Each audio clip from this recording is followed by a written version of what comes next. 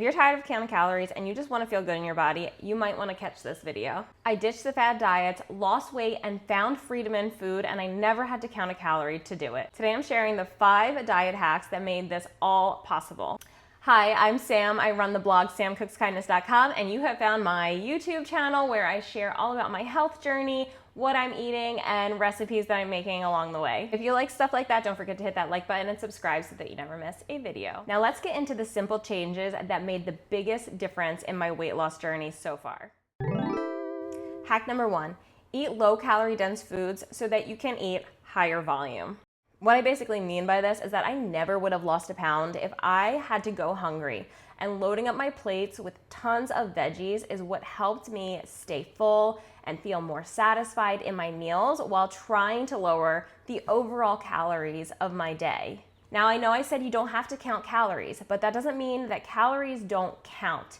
Your body is still keeping score. So if you want to lose weight, you're gonna have to lower the calories that you're eating overall. And a way to do this without even having to think about it is by incorporating tons of those low-calorie dense foods like fruits, veggies, potatoes. These are all your friends so that you can fill up and feel full without actually adding a ton of extra calories on there. Don't be scared of potatoes. They are actually a lower calorie dense food. The problem comes in with everything that you end up piling on top of it, like the butters and the sour creams, or frying it in oil to make French fries.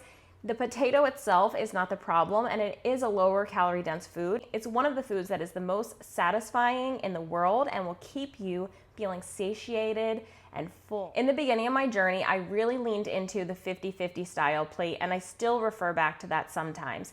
That means that half of my plate is low-calorie dense vegetables. The other half of my plate is satisfying starches like potatoes, rice, grains, things like that. Something that's going to keep you full and satisfied paired with volume so that you actually have that stretch in your stomach and you're actually feeling full when you're eating your food. This way I could fill myself up on large volumes of food because I am a volume eater, and if I am not going to be full based off of volume, it's not going to be sustainable for me. Hack number 2. We're going to learn how to build our plates in a simple and sustainable way. Keeping your food super simple is super important. Here's how I build my plates now. We start with our starch, then we add our fiber, then we add our protein, and we keep it simple, following the rules of calorie density, and it gives us a plate that is complete and filling and low calorie. I still focus on those veggies to get in the bulk of our meal to really make it a large, filling, satisfying meal, and really up our fiber because most people are not hitting the fiber goals they should be hitting in our society today, and I'm worried about everybody and their bathroom habits. You guys okay? So after we make sure we're getting those veggies and those low-calorie dense fiber sources in our body, then we think about our whole food sources of starch like potatoes, rice, grains, and then a vegan plant-based source of protein like tofu, edamame. Seitan is a big favorite of mine right now because it's high protein, very low calorie when you make it at home. I also love tempeh. There's a million different protein sources that you can choose from. Meals don't have to be complicated, and when you use this guideline of how to build your plate, it automatically makes you simplify them. Hack number 3, make your food taste good. If it doesn't taste good, what is even the point? What is even the point? I've never found a diet where the food tastes horrible and I actually wanted to stick with it. I feel like it takes a lot of discipline if your food tastes bad and you have to eat it every day. Who wants to do that? Nobody wants to do that, and I never would have had the success that I've had if I was eating food that I thought tasted bad. If you're not enjoying your food, you're not going to be consistent, and consistency is the most important factor when it comes to losing weight and actually having success on a weight loss journey. If you can't be consistent with what you're doing, there's literally no point in even trying. The key to making your food taste good when you're simplifying your meals is sauces and toppings. Now, sauces are super, super important to make your meals taste good, but they can also be a calorie trap. Skip the sauces with oil. They will automatically be way higher in calories than you want to add to your food. My favorite sauces and condiments are the classics lately: barbecue sauce, mustard, ketchup, hummus, silken tofu sour cream, salsa, pico de gallo if you're making a fresh one. Hot sauces, I'm a spicy girl. I love all the hot sauces.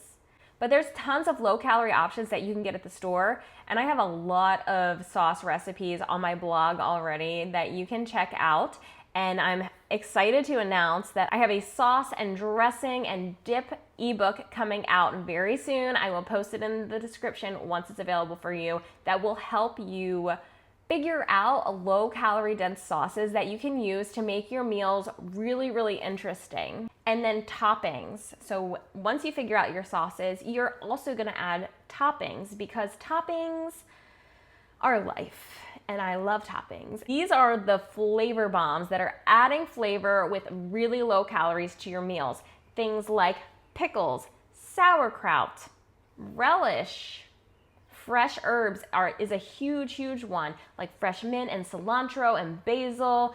All of those herbs are gonna add a pop of flavor to your dishes without adding like any calories at all. And don't forget to use citrus, like pops of fresh lime and lemon over the top of a meal can add so much flavor with like basically 0 calories as well. And mixing up your herbs, mixing up your spices, mixing up your sauces can make the same meal different. So you can have a plate of tofu, rice, and broccoli, and one day top it with barbecue sauce. The next day, top it with coconut aminos or tamari or soy sauce.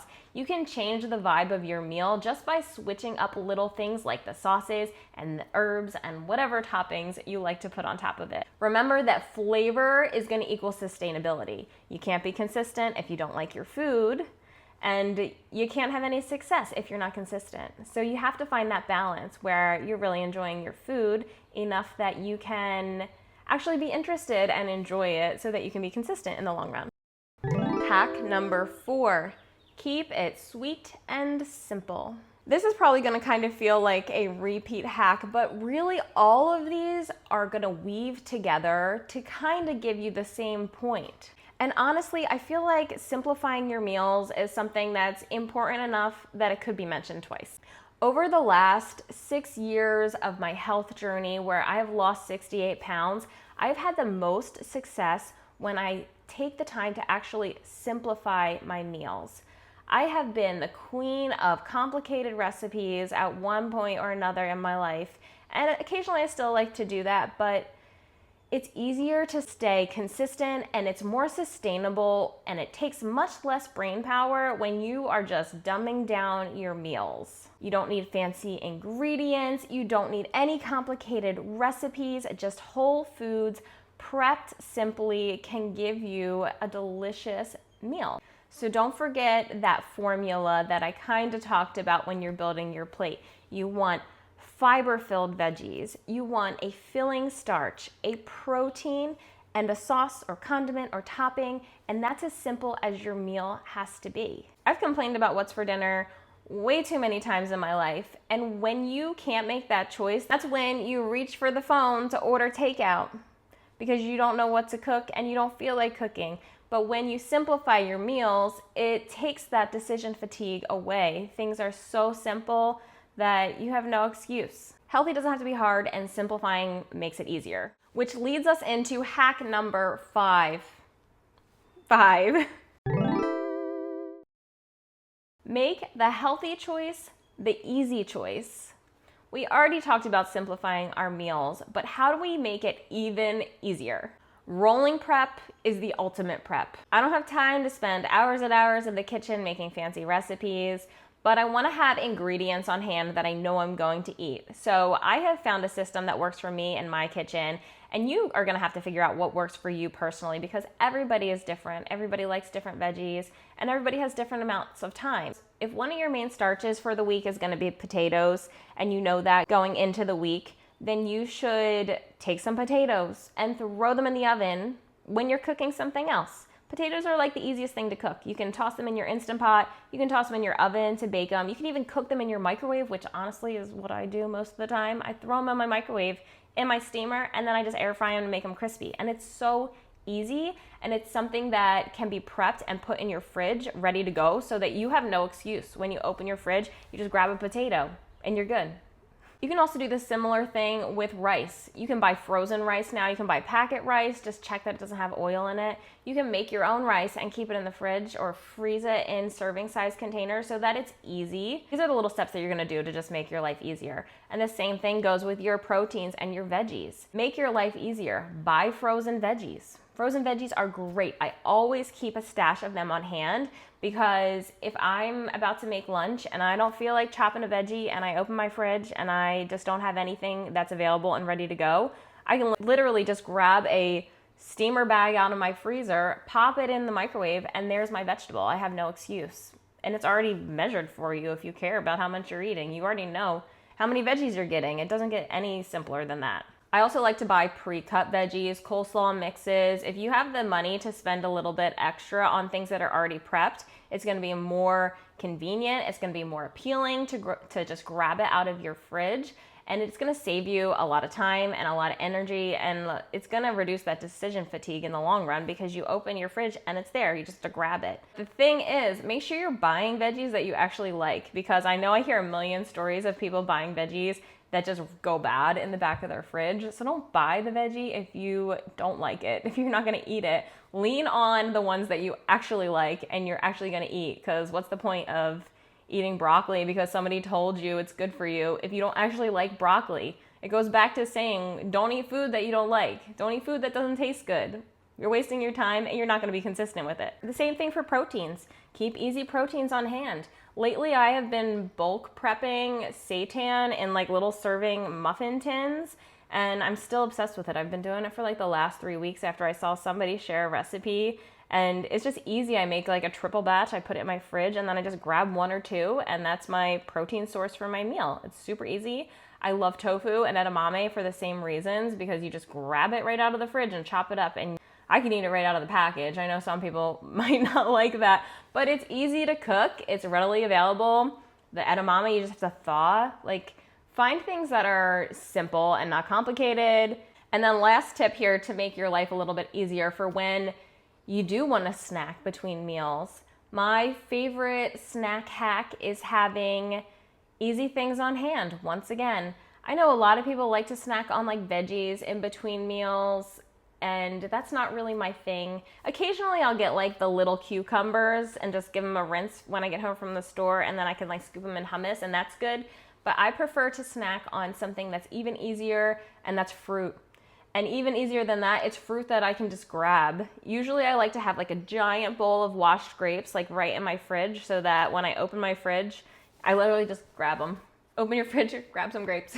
Open the fridge, grab some grapes. Now maybe that adds up in calories over time, but I mean, it's grapes and I'm like not gorging myself on them. It's just there and it's convenient, and it's stopping me from reaching for like something else.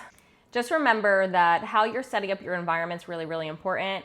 If you see it, you're gonna eat it. And that's basically how it works. So if you're filling your fridge and your pantry up with things that you don't want to be eating and they're right at your eyesight level, guess what? You're gonna be eating them.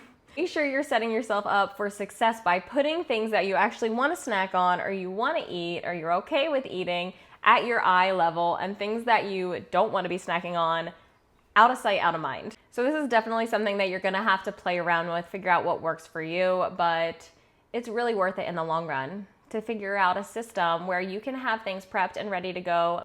Make your life more simple, more easy, so that you can use your brain power for something else. Now, if you put all these hacks together, you're really gonna start seeing success, especially if this is something completely new to you. You don't need to count calories. Following these steps is going to naturally get you full and lower the overall calorie density of your meals, and you'll probably start dropping pounds before you know it. Now remember, everything that I shared today is based off my own personal experiences and is what has helped me lose weight over the last few years in my health journey. I hope that this information is useful and helpful to you.